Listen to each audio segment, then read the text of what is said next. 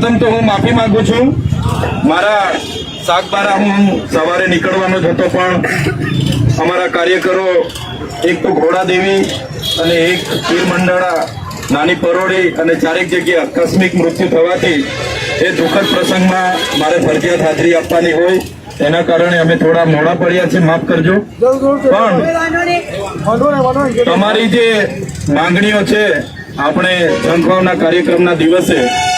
જે તમારા આગેવાનો મને મળ્યા હતા, એમણે મને એ માંગણીઓ આપી છે અને તમામ માંગણીઓ મેં એનો અભ્યાસ પણ કર્યો છે અને બધી જ માંગણીઓ મેં જોઈ તો 10 જેટલી જે માંગણીઓ છે તમારી વ્યાજબી છે। જે પ્રકારે તમે અમે બધા જાણીએ છીએ, દેશ આઝાદ થયો અને દેશના આઝાદ થયા પછી તમામ મજદૂરો માટે કાયદાઓ બન્યા છે, એમના વેતન માટેના કાયદાઓ બન્યા છે, ઓવર ટાઈમ માટેના કાયદાઓ બન્યા છે, બોનસ માટેના કાયદાઓ બન્યા છે, પ્રોવિઝન ફંડ માટેના કાયદાઓ બન્યા છે અને વીમા પોલિસી માટેના કાયદાઓ બન્યા છે અને લઘુત્તમ વેતન ધારાના કાયદાઓ બન્યા છે। ત્યારે તમારી માંગણીઓ મેં જોઈ, તમારી માંગણીઓ વ્યાજબી છે અને જે પ્રકારે આજે જે ગોલ્ડી સોલરમાં તમે કામ કરો છો અને તમારી સાથે જે અસમાનતાનો ભેદભાવ થાય છે, અસમાનતા થાય છે, ત્યારે એની રજૂઆત કરવા માટે આપણે આવ્યા છે। એટલે રજૂઆત કરવા માટે આપણે બધા જઈશું, ગેટ પર જઈશું, એમના જે મેનેજમેન્ટ છે એ મેનેજમેન્ટને બોલાવીશું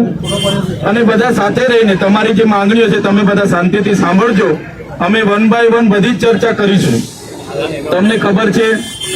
કે જે એક્ટ બન્યા 1947 નો આપણો ઇન્ડસ્ટ્રીયલ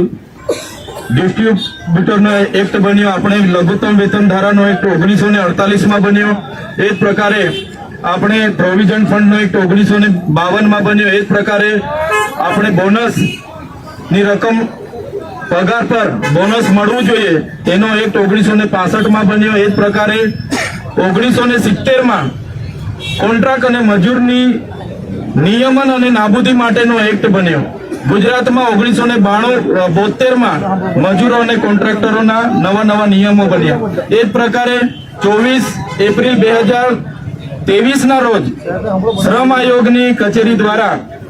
લઘુત્તમ વેતન ધારાની દરેક ગાઈડલાઈનો બની, એ પ્રમાણે બધાને લઘુત્તમ વેતન ધારો મળવો જોઈએ। અને સાથે સાથે તમે જાણો છો, હમણાં જ ટૂંક સમયમાં 30/9/2025 રોજ ગુજરાત સરકારે શ્રમ આયુક્તની કચેરીએ નવો પરિપત્ર બહાર પાડીને નવા ભાવ, નવી નીતિઓ બહાર પાડીને મજદૂરોના ન્યાયની વાત એમણે જ્યારે મૂકી છે, પણ આજે અમલવારી નથી થતી। સાથે સાથે એમણે અનુસૂચિત 6 હતા, અનુસૂચિત 4 હતા લેબરો માટે, જેમને આપણે કુશળ, બિનકુશળ, અર્ધકુશળની વ્યાખ્યા આપીએ છીએ,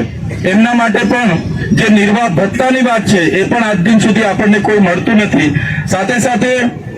વીમા પોલિસીની બાબતો હોય, વળતરની બાબતો હોય, ગ્રેજ્યુટી 15 દિવસની મળવી જોઈએ તેની બાબતો હોય, મહિનાના 26 દિવસે કામ કરવાનું હોય છે, 8 કલાકથી પણ વધારે કામ કરે અને એનો ઓવર ટાઈમની બાબતો હોય, તો તમામ બાબતોનો આજે આપણે એમની સાથે ડિસ્કસ કરીશું, એક મુદ્દાની વાત કરીશું અને તમને ન્યાય મળે એ હેતુસર જ અમે બધા અહીંયા ઉપસ્થિત થયા છે અને અમારું કામ, અમારી તમામ ટીમ અહીંયા ઉપસ્થિત છે, તો તેમને ન્યાય અપાવીને જ અમે જઈશું અને જે પણ ત્યાં ચર્ચા થશે એ મેનેજમેન્ટ સાથે જે પણ ચર્ચા થશે એની સાથે તમારા આગેવાનો પણ અમારી સાથે રહેશે, એની પણ ચર્ચા કરીશું।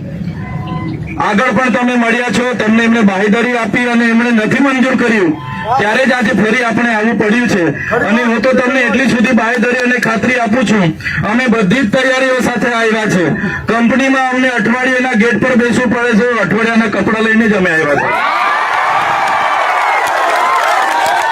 એટલે કોઈ ચિંતા કરવાની જરૂર નથી। આપણા જે અધિકારની વાત છે, જે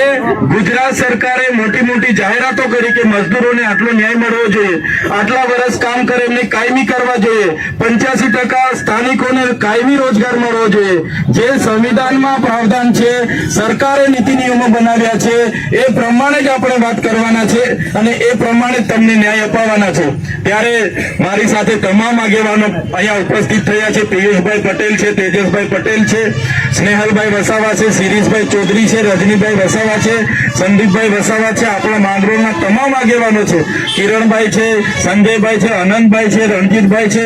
બધા જ આગેવાનોનો અમારો ધ્યેય એ જ છે કે તમને ન્યાય મળે. અમારા અંકલેશ્વરના સંગઠનના પ્રમુખ પણ નીતિનભાઈ એમની ટીમ સાથે તમારા ન્યાય માટે આવેલા છે. તો અમારો બધાનો હેતુ તમને બધાને ન્યાય મળે એનો છે.